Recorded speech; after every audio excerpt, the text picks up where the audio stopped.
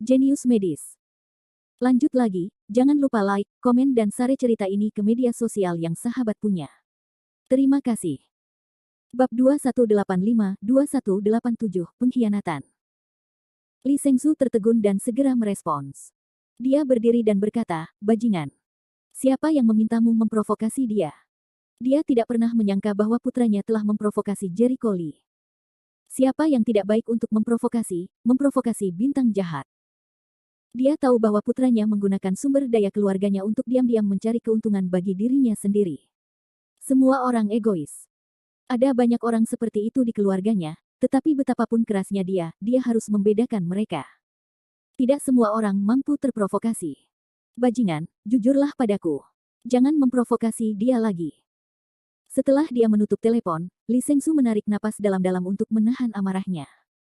Dia menoleh ke ahli di dekatnya dan berkata, "Tuan Qiyu, tolong pergi dan bawa kelinci kecil itu kembali." Orang tua itu menggelengkan kelopak matanya. "Tuan keempat, apakah Anda perlu membalaskan dendam Tuan Muda Su?" Li Shengzu tidak punya pilihan selain tersenyum pahit, menggelengkan kepalanya dan mendesah, "Tidak dibutuhkan. Bawa saja orang kembali." "Bagus," Qiyu tua mengangguk dan berbalik untuk pergi. "Tunggu sebentar." Li Shengzu segera menghentikannya dan ragu-ragu, "Tuan Qiyu, meskipun kamu mungkin merasa tidak nyaman, aku tetap ingin mengatakan, jangan berkelahi dengan pria itu." "Apa?"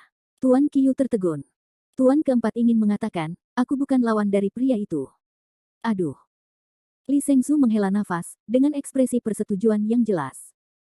Meskipun pemberontak memiliki konflik besar dengan keluarga Li, kontradiksi tersebut hampir tidak dapat didamaikan, namun tidak dapat disangkal bahwa dia luar biasa. Dia telah diam cukup lama. Dia adalah orang ketiga dalam daftar Disa sebelumnya. Aktif kembali. Setelah lebih dari setahun, kekuatannya sudah pasti cukup untuk masuk daftar teratas Tiangang. Anggap saja tidak layak dalam benaknya, putranya tidak sepenting Qiyu Lao. Bukan karena dia berdarah dingin, tetapi putranya benar-benar tidak bisa menabrak tembok dengan lumpur. Bahkan semua orang di keluarga tahu bahwa Li Fengsu tidak tahu bagaimana memprovokasi dia. Bahkan jika kamu tidak mati kali ini, kamu akan mati lain kali. "Tuan empat, saya mengerti." Akhirnya dia tidak bisa membantunya. Anak laki-laki itu memiliki kekuatan yang luar biasa sekarang, dan dia banyak berhubungan dengan Li Qiankun.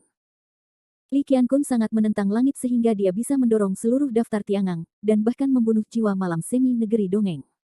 Jika Tuan Qiyu benar-benar merobek wajahnya dan menyebabkan Li Qiankun, itu akan lebih atau kurang berbahaya. Li Shengzu juga merasa sangat getir di hatinya. Jika dia benar-benar tidak punya pilihan, dia tidak mau menyerahkan putranya. Namun pada titik ini, kita harus memilih untuk melindungi diri kita sendiri. "Ivan, apakah itu baik-baik saja?" Fang Sayan masih sedikit khawatir. "Apa masalahnya? Jangan membuat keributan." Jericho Lee sama sekali tidak merasa nyaman. "Jika ada yang ingin menindasmu dengan cara yang sama di masa depan, hubungi saja perusahaan baik hati di kota ajaib." Hanya sedikit orang tidak berani muncul di hadapan Suan Yi. Mendengar ini, keluarga Fang Yue merasa lega. "Itu bagus. Ada hal lain yang harus kulakukan, jadi aku pergi dulu. Kamu tidak perlu memperhatikan mereka ketika mereka mengirim seseorang untuk mengambil sampah ini. Jika mereka berani melakukan apapun padamu, mereka akan melakukan apa yang aku katakan." Setelah nasihat itu, Jericho Lee pergi. Ia telah menerima informasi dari Wen Tiren dan siap berlayar ke laut. Ini musim dingin. Meskipun ini bukan musim yang tutup, jumlah perahu nelayan di laut jelas lebih sedikit. Banyak juga kapal pesiar di laut, yaitu wisatawan yang bermain di laut, serta banyak kapal dagang. Pelabuhan tetap sibuk seperti biasanya. Namun kali ini Jericho Lee tidak memilih memulai dari arah pelabuhan. Sebaliknya, ia memilih pergi ke daerah terpencil untuk mencari tempat yang sering dikunjungi para nelayan. Alasan utamanya adalah dia tidak mau membeberkan keberadaannya dan kemudian mengganggu praktik tertutupnya. Tanpa memanfaatkan siapapun, dia berangkat ke pulau terdekat. Letaknya di lautan tidak bisa lurus, karena banyak faktor, seperti arus laut, musim hujan, dan lain sebagainya. Berjalan pada garis lurus pasti menyimpang. Nelayan paling mengetahui hal ini. Oleh karena itu, menurut informasi, Jericho Lee tidak salah arah. Beberapa jam kemudian, dia tiba di sebuah pulau tak berpenghuni. Pulau ini bukanlah tempat yang sering dilalui para nelayan. Luasnya relatif kecil, dan tidak ada stasiun observasi. Tidak ada burung laut di musim ini. Sangat cocok untuk penutupan. Dia memasang beberapa susunan pelindung udara di pulau itu, dan kemudian memasang susunan pelindung. Dia khawatir terobosannya terlalu berisik, dan Guntur meledakkan pulau itu. Itu tidak baik. Ketika semuanya sudah siap, dia melepaskan Xiao Huang dan menyiapkan makanan yang cukup untuk dia jaga di pinggir pulau. Jika ada pergerakan, dia bisa segera memberitahukannya. Ini dia. Jericho Lee menarik napas dalam-dalam, matanya membeku, perlahan-lahan menggerakkan napas, awan gelap mengepul, dan kilat ungu berkedip. Yah, petir ungu. Aneh, bukankah guntur hari melintasi perampokan biasanya berwarna putih keperakan? Warna Tianlei benar-benar berbeda dari yang dia ingat. Saat berikutnya, guntur dan kilat di awan gelap, dan berubah warna, menjadi merah. Ini adalah... Dia tertegun lagi, dan dia belum pernah mendengar bahwa perampokan petir akan berubah warna. Untuk sesaat, dia berpikir bahwa dia tidak merampok, tetapi membangun Lingbao, karena Lingbao memang mengubah warna guntur, tetapi itu adalah guntur multiwarna yang muncul pada saat yang bersamaan. Dia bingung, situasi yang belum pernah dia dengar. Lupakan, lupakan. Pada titik ini, dia tidak punya waktu untuk peduli dengan apa yang terjadi pada Tianlei.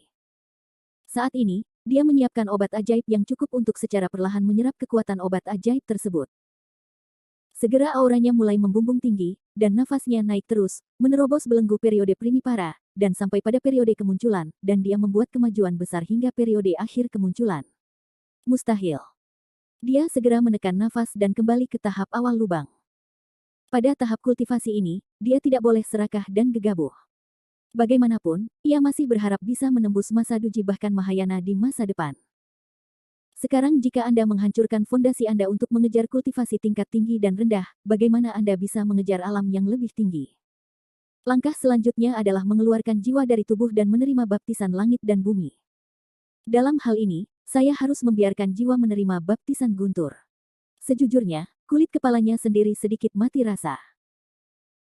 Awalnya, jiwa keluar dari tubuh dan dibaptis oleh kekuatan langit dan bumi, seperti situasi ketika menerobos guru surgawi di periode kehancuran lembah. Hanya saja yang satu adalah tubuh dan yang lainnya adalah jiwa. Sekarang, dia harus membiarkan jiwanya disambar petir. Orang jahat bisa langsung menghancurkan jiwanya. Jika dia beruntung, dia mungkin membawanya turun, dan jiwanya akan rusak parah. Kita bisa membayangkan risikonya, tapi sekarang dia tidak punya pilihan. Situasinya saat ini belum pernah terjadi sebelumnya. Mungkin jiwa langit dan bumi terlalu memberontak, sehingga tidak biasa jika merasa iri pada surga. Bab 2186. Tarik napas dalam-dalam, Jericho Lee perlahan mengerahkan kekuatan jiwa di lautan kesadaran, membiarkannya terbang keluar dari tubuh, dan mulai mengembun. Kekuatan jiwa adalah bagian dari keseluruhan jiwa. Sangat mudah untuk melepaskan kekuatan jiwa, tetapi sangat sulit bagi seluruh jiwa untuk keluar dari tubuh. Kita harus melepaskan seluruh kekuatan jiwa di lautan pengetahuan. Namun, sangat mudah baginya untuk melangkah ke alam surga dan bumi. Dalam beberapa tarikan napas, jiwanya keluar dari tubuhnya. Tubuh jiwa memandang Sang Buddha di bawah dan bergumam, "Saya melihat diri saya sendiri." Sungguh menakjubkan. Dia menatap awan yang semakin tebal di langit. Warna guntur dan kilat banyak berubah, dan kekuatannya menjadi semakin berlebihan, yang jauh lebih kuat daripada saat dia menempa Lingbao. Saya tidak percaya. Bisakah guntur membunuh saya? Saat ini, dia terbang langsung ke langit. Ledakan. Guntur langit turun dan menebasnya dalam kondisi tubuh jiwa. Ah! Dalam sekejap, rasa sakit seperti tertabrak mobil melanda seluruh tubuhnya, merobek seluruh tubuhnya. Rasa sakit seperti ini jauh lebih hebat dibandingkan terakhir kali dia mengambil buah pohon hantu. Raosi telah mempersiapkan hatinya sejak lama, dan rasa sakitnya tak tertahankan. Guntur yang luar biasa. Hampir mencabik-cabik jiwaku. Guntur biasa tidak bisa mencapai tingkat ini sama sekali, bukan? Saat itu, guntur lain turun. Boom. Kali ini, rasa sakitnya lebih hebat. Wajah Jericho Lee sangat ganas, dan bahkan tubuhnya bergetar hebat. Rasa sakit seperti ini begitu kuat sehingga dia bersumpah bahwa itu lebih menyakitkan daripada pergi ke neraka. Tapi dia tahu bahwa jika dia ingin menjadi kuat, dia harus menderita. Dia adalah seorang orang yang sangat toleran, meskipun rasa sakitnya tidak manusiawi, dia harus membiarkan dirinya menanggungnya. Boom. Beberapa guntur datang, dan dia menahan linci berulang kali, tetapi dia terkejut menemukan bahwa jiwanya menjadi semakin kokoh di bawah baptisan guntur. Tampaknya meskipun guntur itu menyakitkan, namun dapat membuat jiwa lebih kuat. Hanya saja rasa sakitnya benar-benar tak tertahankan.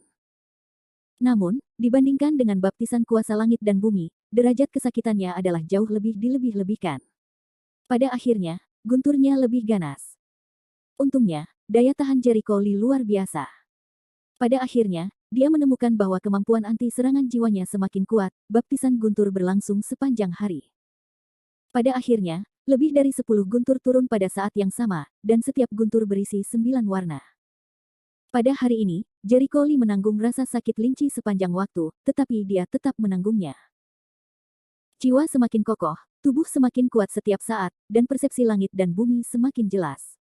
Rasa sakit, dan kebahagiaan.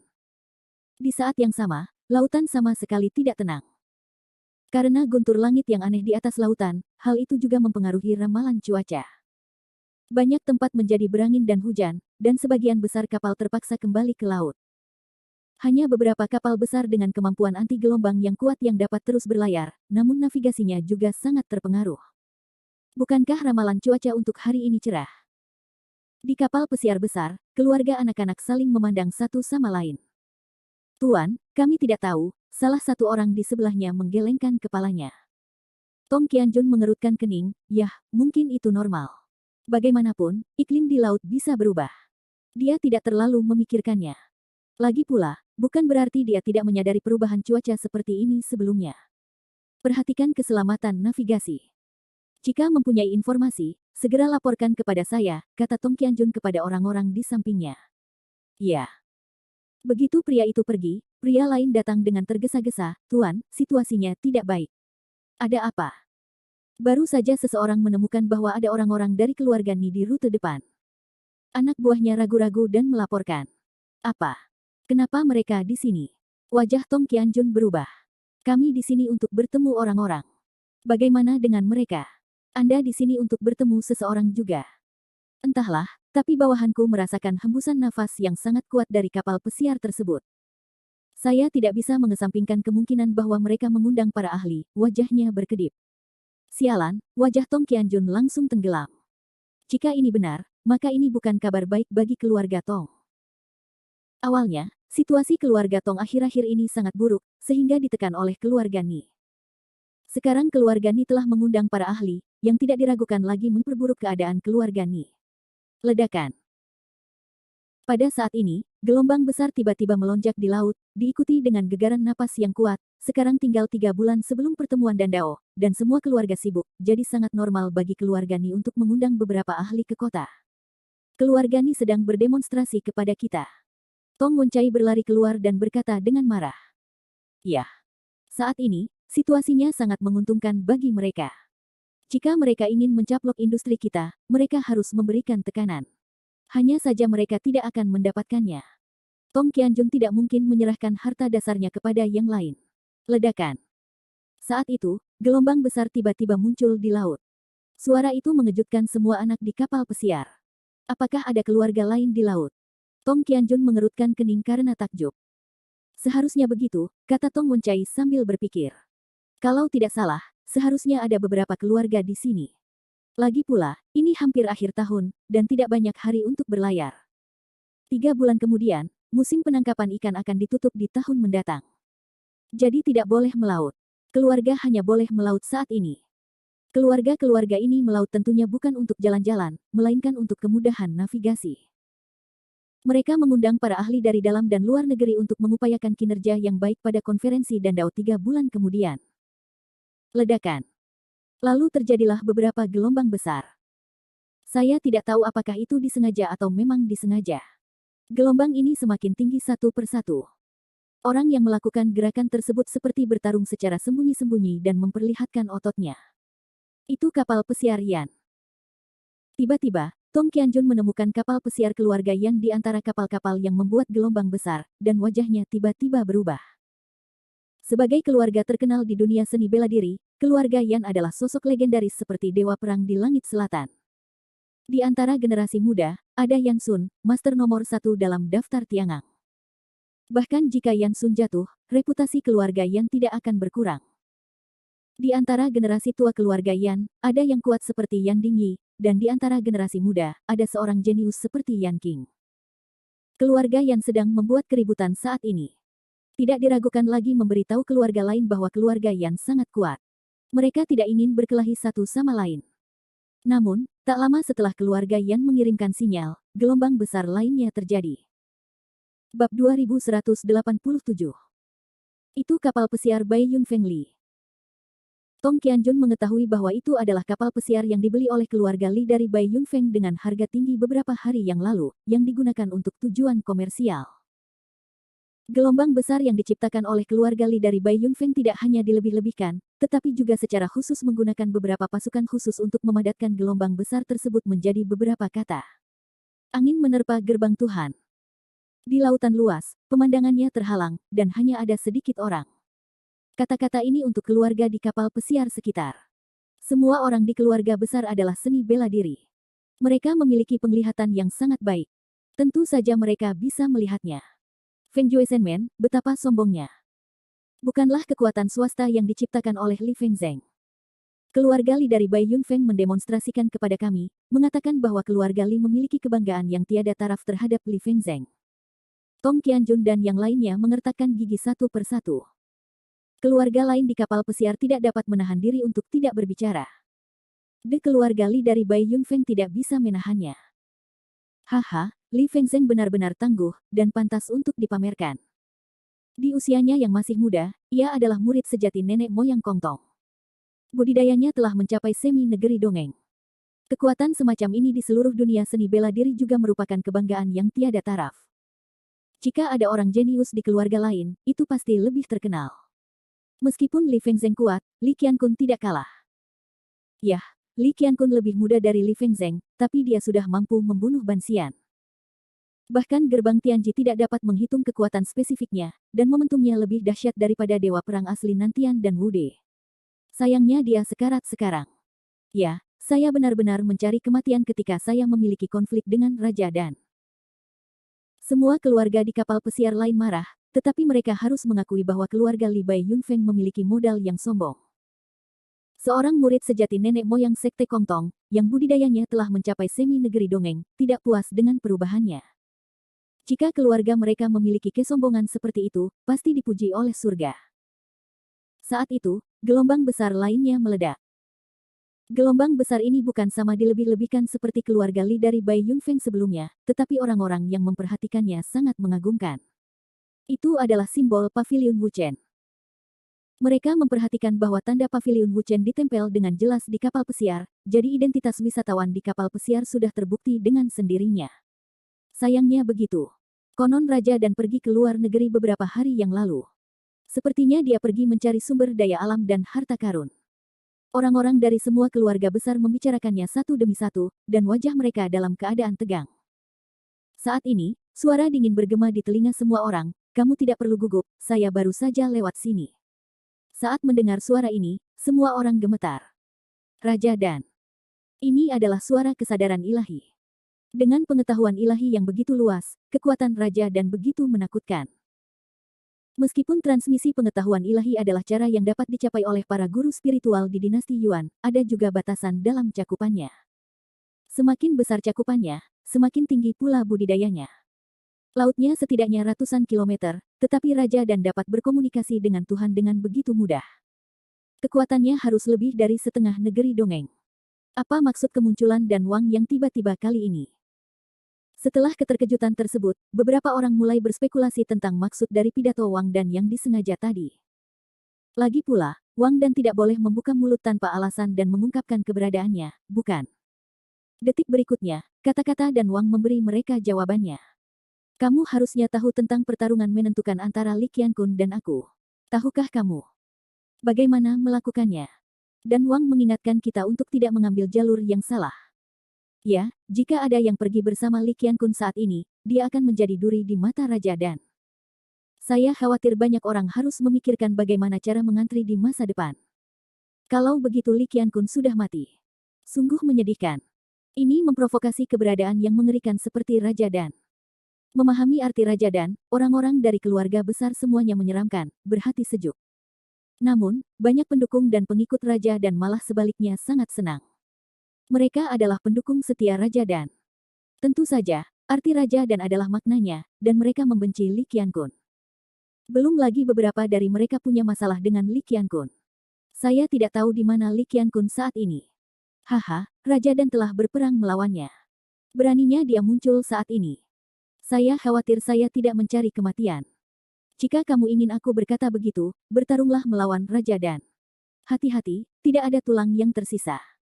Pada saat ini, orang-orang secara alami membicarakan Li Qiankun. Tentu saja, kebanyakan orang mencibirnya. Mereka mengira Li Qiankun seharusnya menjadi kura-kura saat ini, kecuali dia tidak ingin hidup. Namun, saat ini, Biro Cuaca mengirimkan pesan. Menurut pengamatan satelit meteorologi, telah terjadi badai petir berskala besar di perairan timur, yang sangat merugikan keselamatan navigasi kapal. Harap segera kembali jika kapal masih berlayar saat ini. Pemberitahuan dari Biro Cuaca membuat semua orang di kapal pesiar itu saling memandang. Cuacanya sangat buruk. Kebanyakan orang tidak menganggapnya serius. Mereka mengira itu hanya cuaca badai petir biasa. Namun pusat pengamatan meteorologi melalui satelit meteorologi menemukan bahwa terdapat kondensasi badai petir skala besar pada posisi tertentu di Lautan Timur, dan sebagian besar awan badai petir mengembun menuju posisi tertentu, dan kepadatan badai petir bahkan lebih dilebih-lebihkan hingga tingkat yang tidak terbayangkan. Ini telah melampaui area tambang yang kuat, dan intensitas badai petir maksimum telah melebihi 1 miliar volt. Bagaimana mungkin?